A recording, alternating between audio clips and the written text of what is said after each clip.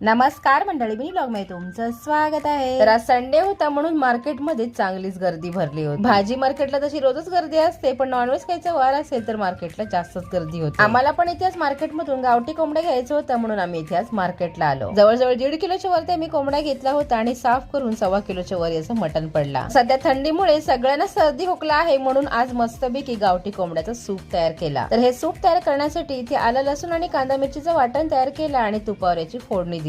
तर याच्यात थोडी काळी मिरी आणि थोडा गरम मसाला ऍड करून पाणी टाकलं आणि मस्त अशी कुकरला याच्या 3 ते 4 शिट्ट्या घेतल्या। तर हा गरमागरम गावठी कोंबड्याचा सूप प्यायला तर सर्दी खोकला तर कुठल्या कुठंच पळून जातो। हा सूप अगदी साधा सिंपल केला होता तरी सुद्धा चवीला मात्र खूप टेस्टी झाला होता। तर सगळ्यांचा सूप पिऊन झाल्यानंतर लगेच मी इथे कोंबड्याचं कालवण तयार करायला घेतला। तर हे कालवण तयार करण्यासाठी इथे मी कांदा चांगला परतवून घेतला आणि नंतर आलं लसूणची पेस्ट टाकून याच्यामध्ये मसाले ऍड केले। तर हे मसाले चांगले परतवून झाल्यानंतर याच्यामध्ये कोंबड्याचं मटण टाकून तोही परतवून घेतला आणि त्याच्यानंतर वाटण ऍड केला। नॉर्मल चिकन पेक्षा गावठी कोंबड्याचं मटण शिजायला थोडा जास्त वेळ लागतो, पण याची चव म्हणाल तर इतका हा टेस्टी होतो की याच्या समोर बोकडाचं मटण सुद्धा फेल होतं। तर मंडळी, तुम्हाला असं गावठी कोंबड्याचं मटण खायला आवडतो की सूप प्यायला आवडते ते मला कमेंट करून सांगा। तर चला, बाय बाय।